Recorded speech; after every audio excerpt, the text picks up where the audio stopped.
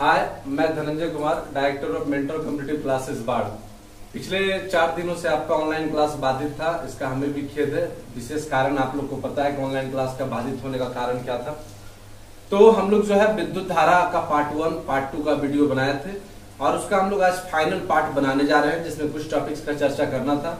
तो उसमें से सबसे पहले जो पॉइंट था हमारा वो था प्रत्यावर्ती धारा, जिसको आप बोलते हैं अल्टरनेट करंट। अल्टरनेट करंट, इसको संकेत में क्या बोला जाता है? एसी बोलते हैं, एसी और डीसी। और दूसरा धारा था विशिष्ट धारा, जिसको ऐसे बोला जाता है डीसी, डायरेक्ट करंट।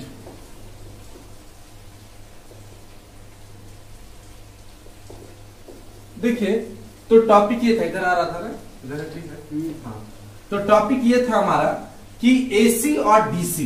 अब देखिए, पहले इसको समझिए, एसी और ये आपका रहा डीसी। अल्टरनेट करंट की बात करते हैं हम लोग, प्रत्यावर्ती धारा की बात करते हैं। तो प्रत्यावर्ती धारा उस धारा को कहते हैं जिस धारा का प्रवाह मल्टी डायरेक्शनल होता है, या ये कह सकते हैं बोथ डायरेक्शनल होता है। जिस धारा का प्रवाह दोनों दिशाओं में होता है, जिस धारा का प्रवाह दोनों दिशाओं में होता है, ठीक है, जिस धारा का प्रवाह दोनों दिशाओं में होता है उसको हम लोग बोलते हैं अल्टरनेट करंट, उसको हम लोग बोलते हैं एसी। दूसरा प्रत्यावर्ती धारा, एक चीज आप हमेशा याद रखिए, प्रत्यावर्ती धारा जो होता है उसको आवश्यकता अनुसार कम या अधिक किया जा सकता है। उसके वोल्टेज को आप देखते हैं, स्टेबलाइजर होता है, स्टेबलाइजर, ठीक है। तो आप देखते होंगे ना, वोल्टेज अगर कम मिला तो स्टेबलाइजर करते हैं, तो आप ज्यादा भी वोल्टेज ले लेते हैं, या ज्यादा वोल्टेज आ गया तो स्टेबलाइजर से कम भी कर लेते हैं। अब तो सब कुछ ऑटोमेटिक आने लग गया। तो दूसरा काम क्या, प्रत्यावर्ती धारा को आवश्यकता अनुसार जो है वो धारा का मान आप घटा या बढ़ा भी सकते हैं। आवश्यकता अनुसार घटा भी सकते हैं और बढ़ा भी सकते हैं with the help of stabiliser. लेकिन अगर बैटरी की बात करें, जिसको डायरेक्ट करंट कहते हैं, क्या आप बताइए, बैटरी के करंट को आप आवश्यकता अनुसार घटा बढ़ा सकते हैं? तो बिल्कुल नहीं।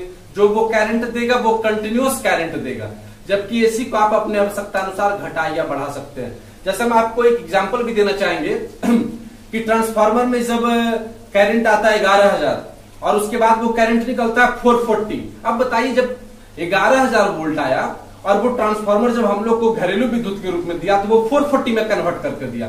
तो आखिर ये कन्वर्ट कैसे होता है? हमने क्या बोला, बड़े स्तर पे तो ट्रांसफार्मर द्वारा होता है और छोटे स्तर पे भी स्टेबलाइजर। और ध्यान से आपको याद होगा, जमाना तो बीत गया स्टेबलाइजर का, लेकिन स्टेबलाइजर के अंदर भी ट्रांसफार्मर होता था, क्योंकि जब जलता था तो ट्रांसफार्मर ही उसका जलता था। ठीक है, चलिए तीसरी बात करें अल्टरनेट करंट का। तो अल्टरनेट करंट का जो स्पर्श है, स्पर्श कहा जाए कि आप छूते हैं तो इसका स्पर्श काफी खतरनाक होता है। आप यूं कहे कि जानलेवा होता है, जबकि डीसी करंट में ऐसी कोई बातें नहीं होती है। डीसी करंट जो है, आप देखिए बैटरी वाले करंट को अगर आप छू भी देते हैं या छू भी देती हैं तो हो सकता है हल्का फुल्का करंट आए, अगर स्ट्रांग करंट है तो, लेकिन वो खतरनाक नहीं होता। और जनरली हम लोग जो प्रत्यावर्ती धारा देखते हैं उसकी घरेलू वो होता है सर 50 वाट पे। ये हमेशा क्वेश्चन आता है कि प्रत्यावर्ती धारा में घरेलू की आवृत्ति कितनी होती है? वो 50 वाट होता है, इसी पे बनता है। और वोल्ट में 220 वोल्ट। ठीक है, ये ध्यान रखना है आपको। अगले टॉपिक में हम लोग जब इसको डिस्कस करेंगे तो पता चलेगा। डीसी की बात करें सर, जस्ट अपोजिट। अब जस्ट अपोजिट की बात करते हैं, सॉरी 50 वाट नहीं, आवृत्ति बोल रहे थे, सॉरी हर्ट्ज। ये ध्यान रखिएगा कि घरेलू आवृत्ति जो होता है एसी लाइन का वो 50 हर्ट्ज होता है। अब हम लोग डीसी की बात कर रहे थे। जहां तक हम लोगों ने एसी में देखा कि एसी में जो प्रवाह होता है वो दोनों दिशाओं में होता है, जबकि डीसी में जो प्रवाह होता है वो केवल एक ही दिशा में होगा, वो यूनिडायरेक्शनल होगा। दूसरा, इसमें धारा का मान आवश्यकता अनुसार घटाया या बढ़ाया नहीं जा सकता। इसमें धारा का एक कंटिन्यूअस फ्लो होता है, current contains always continuous form. दूसरा तो हो गया, इसमें धारा का मान घटेगा या बढ़ेगा, लेकिन इसमें आप नहीं बढ़ा घटा सकते। तीसरा, इसका स्पर्श काफी खतरनाक होता है। सर इसका स्पर्श कम खतरनाक होता है, इतना क्लियर है, इंसान की मृत्यु नहीं होगी। इतना झटका नहीं तेज होता है बैटरी की धारा का, डायरेक्ट करंट का। ठीक है, आगे बढ़े। अब जो है एक चीज यहां पे देखे थे जो हम चर्चा नहीं किए एसी में, कि एसी जो धारा होता है उसके वितरण करने पर, एसी धारा को अगर आप डिस्ट्रीब्यूट करते हैं तो वो उसका काफी कम लॉस होता है सर।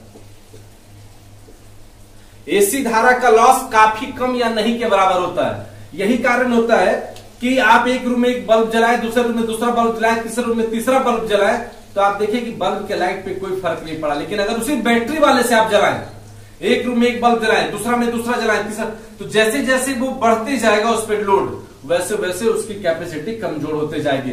जबकि एसी में इतना कम होता है जो आमतौर पे हमें दिख भी नहीं पाता। आप देखिए बिजली ऑफिस से करंट आता है, पावर हाउस से करंट आता है, जितना करंट हुआ है उतना करंट आपके गांव तक पहुंचता है, क्योंकि डिस्ट्रीब्यूशन जब आप एसी धारा का करते हैं, जब बांटते हैं तो वो लॉस नहीं होता। ठीक है, ये चीज ध्यान रखना है। जबकि जब डीसी धारा का वितरण होगा, डिस्ट्रीब्यूशन होगा, तो डीसी धारा का अत्यधिक लॉस होता है, लॉस ही नहीं अत्यधिक लॉस होता है। ठीक है, तो ये था आपका एसी और डीसी। ठीक है, चलिए उसके बाद आते हैं हम लोग विद्युत हीटर की बात करते हैं सर। बार बार ये चर्चा आता है विद्युत हीटर, विद्युत टोस्टर। तो उससे पहले हम लोग क्यों ना चर्चा कर ले, क्योंकि जिसपे वो आधारित है, चाहे वो विद्युत हीटर हो, विद्युत टोस्टर हो, आयरन हो, इलेक्ट्रिक कैटल हो जिसमें आप चाय वो बना लेते हैं। आइए, तो वो जो टॉपिक है वो है आपका विद्युत धारा का उष्मीय प्रभाव। विद्युत धारा का उष्मीय प्रभाव, इधर ठीक है ना? Heating effect of electric current.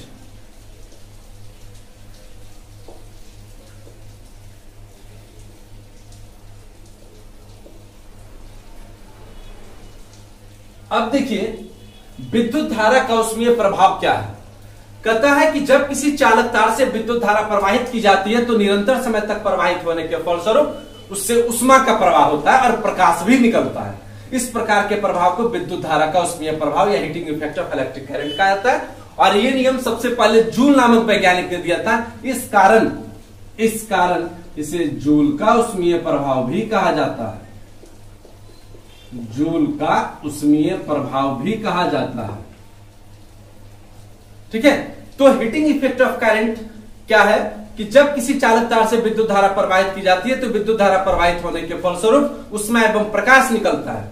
For example विद्युत हीटर को लीजिए, विद्युत बल्ब को लीजिए, आयरन को लीजिए, विद्युत हीटर की ही बात कर लीजिए। देखिए वहां विद्युत धारा का उष्मीय प्रभाव कैसे होता है। जब विद्युत हीटर में हम लोग करंट देते हैं तो सर आप देखते हैं उसका जो फिलामेंट बना होता है इस तरीके से, कुछ याद होगा आप लोग के, हम भी तो हीटर चलता है भले बिजली बिल ना देते हो। तो आप देखते हो उसकी कुंडली कुछ इस प्रकार की होती है। तो आप देखते हो कि जब हम लोग इलेक्ट्रिक करंट को फ्लो करवाते हैं तो वैसे कंडीशन में क्या होता है, वो जलता है। तो सर उससे दो चीज मिलता है कि नहीं, एक हीट मिलता है, ठीक, और दूसरा क्या मिलता है, दूसरा आपको लाइट भी मिलता है। लाइट नहीं मिलता, आप एक बंद कमरे में हीटर को जलाइए तो उसका लाइट देखने को मिलता है कि नहीं, या रूम हीटर जलाइए देखिए उसका लाइट देखने को मिलता है कि नहीं। तो क्या हुआ कि जब किसी चालक तार में, चालक तार ये भी था कुंडली, जब किसी चालक तार में विद्युत धारा प्रवाहित की जाती है तो उसमें उष्मा और प्रकाश मुक्त होता है या निकलता है। उस कंडीशंस को विद्युत धारा का उष्मीय प्रभाव कहा जाता है। हमने इसका एग्जांपल लिया, बल्ब का एग्जांपल लीजिए, आप एक पीला वाला बल्ब लीजिए, ज्यादा बेहतर एग्जांपल अच्छे से पता चलेगा। 100 वाट वाला, आप उसमें जब इलेक्ट्रिक करंट देते हैं तो क्या होता है, उसमें लाइट भी जलता है, प्रकाश भी मिलता है और हीट भी मिलता है। ठंडे के दिनों में अगर रूम में 2-3 बल्ब ऐसा लगा दिया जाए या 2 बल्ब, तो धीरे धीरे रूम में भी थोड़ा टेम्परेचर फील होने लगता है। ठीक है, चलिए, तो चर्चा हम जब विद्युत हीटर की कर रहे थे तो आइए जरा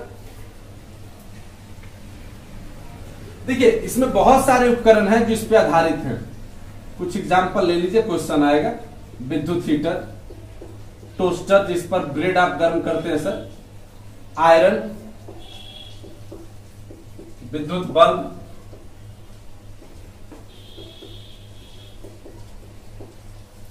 वैसे सर गीजर भी इसका एग्जांपल है, ऐसा नहीं है।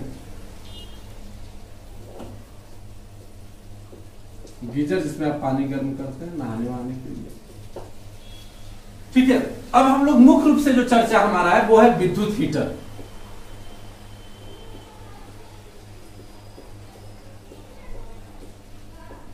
अब देखिए विद्युत हीटर की जब हम बात करते हैं, विद्युत हीटर में सर जी ये जो कुंडली आप देख पाती हैं या देख पाते हैं, इस प्रकार की कुंडली होती है ना हीटर में, इस प्रकार की कुंडली, ये कुंडली जो होती है ना सर, ये नाइक्रोम की बनी होती है, नाइक्रोम,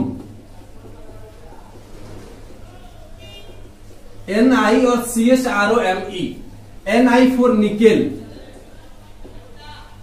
और CHRO फॉर मतलब सर क्रोमियम। चलिए उतना तो पूरा लिख नहीं रहे। ये हो गया सर आपका क्रोमियम और ये हो गया आपका निकेल। तो जैसा हमने डिस्कस किया कि विद्युत हीटर जो है उसकी जो कुंडली होती है, उसके जो तार होते हैं वो नाइक्रोम के बने होते हैं, अर्थात निकेल तथा क्रोमियम का मिश्र धातु होता है। तो निकेल तथा क्रोमियम के मिश्र धातु होने के कारण इसकी प्रतिरोधकता और इसका गलनांक दोनों काफी उच्च होता है। जी सबसे इंपॉर्टेंट पॉइंट वहां लिख देते हैं, इसकी प्रतिरोधकता और गलनांक काफी उच्च होने के कारण क्या होता है कि विद्युत धारा का काफी तेज प्रवाह होने के कारण भी, प्रतिरोधकता अधिक होने के कारण उसको रोकता है उस करंट को। नहीं तो अगर वैसे, क्योंकि उसकी कुंडली देखते हैं ना किस तरीके से होता है, तो करंट बार बार रुकेगा ही ना। एक करंट ऐसे फ्लो हो रहा है, एक करंट बार बार मुड़ मुड़ कर फ्लो हो रहा है, तो ऑटोमेटिक उसका करंट कम हो जाएगा। और इसका गलनांक ज्यादा होने के कारण अत्यधिक उच्च ताप पर भी, आखिर काफी टेम्परेचर भी आप हीटर को दे दीजिए तो हीटर के तार आसानी से टूटते या गलते नहीं है। यही कारण है, क्यों? क्योंकि वो नाइक्रोम, निकेल तथा क्रोमियम का मिश्र धातु होता है और मिश्र धातु होने के कारण इसमें अशुद्धता ज्यादा हो जाती है और इसी कारण इसकी प्रतिरोधकता गलनांक दोनों काफी उच्च होता है। इसके कारण यह उच्च ताप पर भी अस्थायी होता है। ठीक है, चलिए ठीक। कितना मिनट हुआ? 12।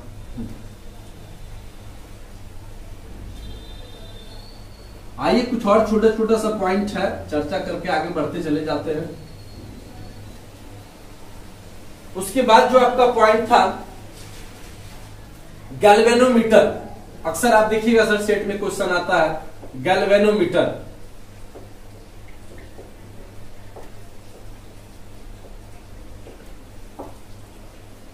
अक्सर गैल्वेनोमीटर को लेकर लोग कंफ्यूजन में होते हैं कि गैल्वेनोमीटर एमीटर ही है सर, ये भी धारा तो मापता है। नहीं सर, ये धारा नहीं मापता, ये प्रेजेंस ऑफ करंट इन, आप एक तरीके से ये कहें, मतलब चालक तार तो है ही इंसुलेटेड वायर में, लेकिन मुख्य रूप से गैल्वेनोमीटर का काम है सर धारा का पता लगाना। किसी चालक तार में धारा का पता लगाना, यानी उसके प्रवाह का पता लगाना। हाँ, flow of current in conductor. किसी चालक तार में धारा प्रवाहित हो रहा है या नहीं हो रहा है, अब किसी में करंट है या नहीं है, ये पता लगाने का काम कौन करता है? ये पता लगाने का काम करता है सर गैल्वेनोमीटर। और गैल्वेनोमीटर्स के द्वारा जो धारा का जो एक लेवल होता है वो, ये ध्यान रखेंगे, 10⁻⁻6 एम्पियर तक की भी धारा मापी जा सकती है। सोचिए, पॉजिटिव में मत जाइए सर, निगेटिव में, कि अगर धारा 1,00,000वां गुना भी होगा एक का, 1/10⁻6 मतलब आप समझ रहे हैं, एक का अगर 1,00,000वां गुना भी धारा होगा, उस उतनी सी सूक्ष्म धारा को भी, उस माइक्रो करंट्स को भी गैल्वेनोमीटर पता लगा लेता है कि इसमें करंट है। मतलब ये वो करंट है सर जहां पे आपको करंट नहीं लगेगा, नहीं फील होगा, कुछ भी फील नहीं होगा, लेकिन फिर भी गैल्वेनोमीटर्स के द्वारा उस सूक्ष्म धारा का पता लगाया जाता है। ठीक है, तो गैल्वेनोमीटर क्या था? मुख्य रूप से यह हमारे चालक तार में विद्युत धारा की उपस्थिति का पता लगाता है और इसके द्वारा 10⁻⁻6 एम्पियर तक के करंट्स को मापा जाता है। ठीक है, अब देखिए गैल्वेनोमीटर के बाद आता है सर शंट। सब इंटर में आप पढ़े थे। देखिए शंट है क्या? यह अत्यंत कम प्रतिरोध वाला, मतलब शंट जो है वो क्या होता है कि वो काफी कम प्रतिरोध वाला एक तार होता है और अगर इसको आप जो है गैल्वेनोमीटर के समांतर क्रम में लगा दे तो यह एमीटर का काम करेगा। मतलब शंट जो है एक अत्यंत कम प्रतिरोध वाला ये तार है। क्या है ये? तार है, अत्यंत कम प्रतिरोध वाला।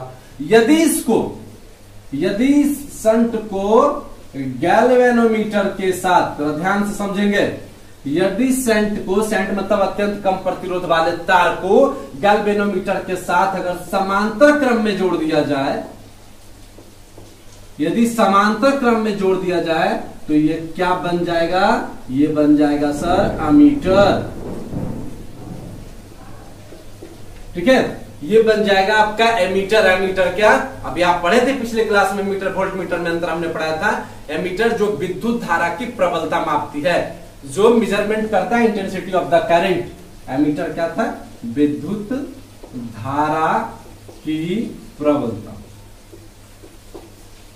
ठीक है, इसी तरीके से छोटा मोटा सा और भी पॉइंट था, आप पढ़ लीजिए छोटा सा, बाकी तो आप टॉपिक पढ़ेंगे तो वहां ज्यादा बेहतर होगा। विद्युत मोटर और डायनमो, अक्सर लोग यहाँ थोड़ा सा कंफ्यूज कर जाते हैं सर, जिसको जनित्र भी बोला जाता है शायद, है ना, विद्युत मोटर को। अब विद्युत मोटर और डायनमो, पहले तो आइए पहले विद्युत मोटर। विद्युत मोटर में क्या होता है सर? विद्युत ऊर्जा किसमें बदलती है? यांत्रिक ऊर्जा में बदलती है। अच्छा बताइए, आप मोटर में पहले क्या देते हैं जी? पहले आप लाइन देते हैं ना विद्युत मोटर में, तो जब आप लाइन देते हैं यानी आप उसको विद्युत ऊर्जा देते हैं, और विद्युत ऊर्जा के बाद क्या होता है? उसका चक्की घूमता है, और घूमने के बाद पानी ऊपर की ओर चढ़ता है, तो वो कौन सा ऊर्जा होता है? यांत्रिक ऊर्जा।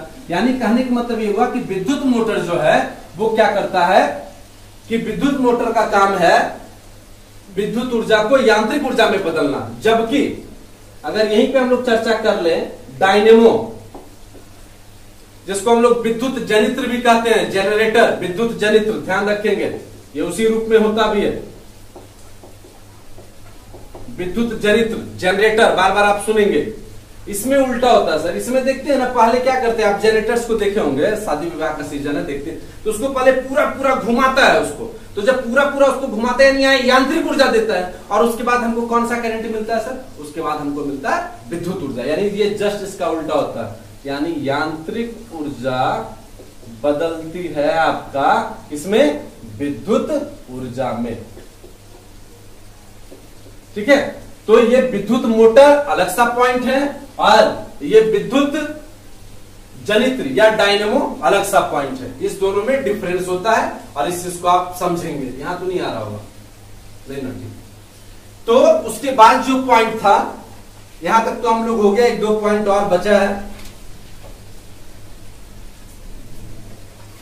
देखिए उसके बाद जो पॉइंट था, जब हम लोग पढ़ा रहे थे जूल का उसमें नियम में, तो वहां पे बस चूंकि ऑब्जेक्टिव पॉइंट है, यहां सकता है, तो जूल का उसमें नियम का एक पॉइंट था, Q बराबर या W बराबर या H बराबर I स्क्वायर RT। ये याद रखिएगा, आपको सेट का क्वेश्चन आएगा। यानी उत्पन्न उष्मांक या किया गया कार्य या आवेश बराबर I स्क्वायर RT, जहां I इज इक्वल टू धारा, R इज इक्वल टू प्रतिरोध, जिसको आप रेसिस्टेंस कहते हैं, T इज इक्वल टू समय। ठीक है, उसके बाद कुछ पॉइंट है। माइक्रोफोन, आइए छोटा छोटा सा पॉइंट ही सब देख लेते हैं आराम से, बस एक एक लाइन का पॉइंट है। कितना ओवर सर? 19। हाँ ठीक है। अब देखिए माइक्रोफोन क्या होता है, लाउड स्पीकर क्या होता है, थोड़ा आवृत्ति क्या होता है, आवर्तकाल क्या होता है, बस यही पॉइंट आपका बचा है। बाकी देखिए विशेष जानकारी के लिए आप लोग तो पढ़ते रहिए, उसका कुछ नहीं है ना, ये बता दिए तो वो फाइनल हो गया, ऐसा कुछ नहीं है। हमने बोला माइक्रोफोन। अभी देखिए माइक्रोफोन क्या करता है। माइक्रोफोन सबके पास होता है, लोग ऐसे करके यहाँ पे लगते सुनते हैं और लोग बोलने में भी काम करते हैं।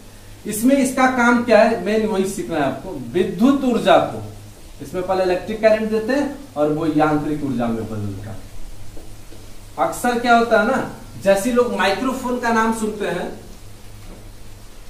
जैसे ही लोग माइक्रोफोन का नाम सुनते हैं तो उनके दिमाग में ना साउंड को लेकर कुछ आने लगता है, ध्वनि ऊर्जा में बदलना, करे माइक्रोफोन ध्वनि नहीं।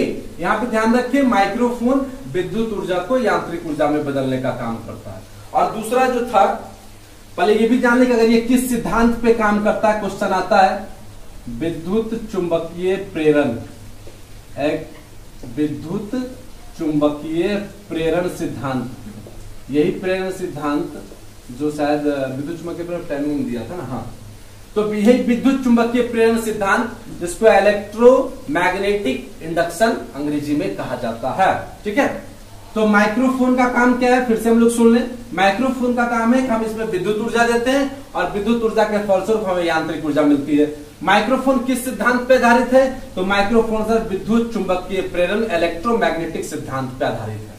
ठीक है, चलिए उसके बाद आइए छोटा सा पॉइंट था लाउड स्पीकर। देखिए लाउड स्पीकर में थोड़ा सा अलग है, थोड़ा सा इसको समझना पड़ेगा सर। क्लासरूम में भी इस पर काफी विवाद डिबेट होता था, सर ये कैसे वो कैसे। देखिए बात अगर लाउड स्पीकर की करते हैं तो लाउड स्पीकर की सहायता से माइक्रोफोन द्वारा जो विद्युत तरंग होता है, देखिए ध्यान से, लाउड स्पीकर द्वारा जो माइक्रोफोन द्वारा जो विद्युत तरंग, वही विद्युत ऊर्जा, जो विद्युत तरंग होता है उसको सबसे पहले हम लोग क्या करते हैं कि ध्वनि तरंग में बदलते हैं। विद्युत तरंग को ध्वनि तरंग में, ध्यान रखेंगे, ये आप डायरेक्ट नहीं बोल सकते हैं कि लाउड स्पीकर में विद्युत ऊर्जा को ध्वनि ऊर्जा में बदलते, नहीं। लाउड स्पीकर द्वारा माइक्रोफोन द्वारा उत्पन्न विद्युत तरंग को, इलेक्ट्रिक वेव को हम लोग साउंड वेव में चेंज करते हैं। ये थोड़ा सा आप इस बात को ध्यान रखेंगे मुख्य रूप से, इससे ये क्वेश्चन आते रहता है कभी कभी, और कंफ्यूजन भी नहीं हो आपको। और तो विशेष ऐसा कोई टॉपिक नहीं है, और विशेष के लिए आप पढ़िए, थोड़ा सा और पढ़ा देते हैं लास्ट में।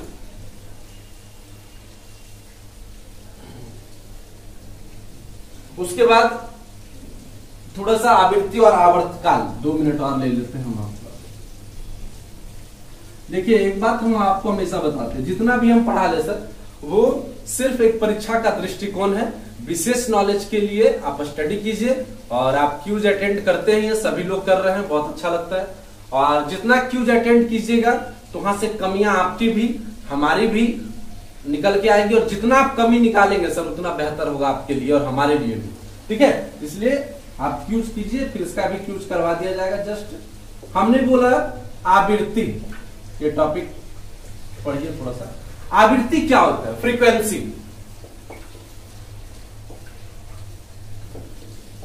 देखिए आवृत्ति का 2 परिभाषा है। प्रति सेकंड में उत्पन्न कंपन की संख्या, the number of vibrations producing पर सेकंड इज कॉल्ड फ्रीक्वेंसी। देखिए प्रति सेकंड में उत्पन्न कंपन की संख्या फ्रीक्वेंसी कहलाती है। जैसे मान लीजिए अगर कोई एक वस्तु ले लीजिए, अगर वो 1 मिनट में 50 बार घूमता है तो आप कह सकते हैं सर कि उसकी आवृत्ति 50 हर्ट्ज है, क्योंकि अभी आप पढ़े थे घरेलू लाइन की आवृत्ति एसी में 50 हर्ट्ज। तो 50 हर्ट्ज का मतलब है कि वो प्रति सेकंड 50 कंपन करता है। किसी वस्तु की आवृत्ति 100 हर्ट्ज है का मतलब है कि वो वस्तु प्रति सेकंड में 100 बार कंपन करता है। ठीक है, तो आवृत्ति वैसे सर कहता क्या है, आवर्त काल के व्युत्क्रम को, ये तो एक स्टैंडर्ड परिभाषा फिजिक्स में, आवर्त काल के व्युत्क्रम को आवृत्ति कहा जाता है। आवृत्ति को n या कोई f द्वारा भी सूचित करते हैं। n बराबर 1/t, यानी n का मतलब क्या हो गया, फिर से लिखते हैं, आवृत्ति बराबर 1/, आवर्त काल। और आवृत्ति का जो SI मात्रक होता है, जो मात्रक होता है वो होता है हर्ट्ज, HERTZ, हर्ट्ज। हर्ट्ज नामक वैज्ञानिक ने आवृत्ति की खोज की थी, इसलिए उसके नाम पर उसका SI मात्रक पड़ा। Clear clear. And last topic, last topic कहता है आपका आवर्त काल, टाइम पीरियड। अब देखिए आवर्त काल क्या होता है, इस चीज को समझिए। आवर्त काल के बारे में कहता कुछ नहीं है, जिस प्रकार हम लोगों ने ये पढ़ा कि आवृत्ति के व्युत्क्रम को आवर्त काल करते हैं, उस प्रकार आवर्त काल आवृत्ति के व्युत्क्रम को कहेंगे। लीजिए बात वही था, यानी आवर्त काल बराबर 1/, आवृत्ति। और आवर्त काल का SI मात्रक क्या होगा जी, ऑब्वियसली सेकेंड होगा। क्लियर।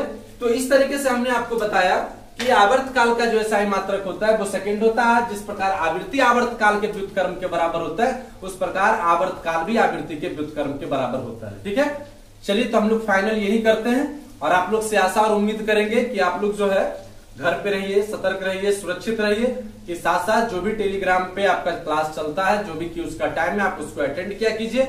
और अगर किसी कारणवश वो छूट जाता है तो रात का जो क्यूज है उसको आप जरूर अटेंड कीजिए, क्योंकि वो आपका रिवीजन क्लास होगा। ठीक है, जय हिंद, जय भारत।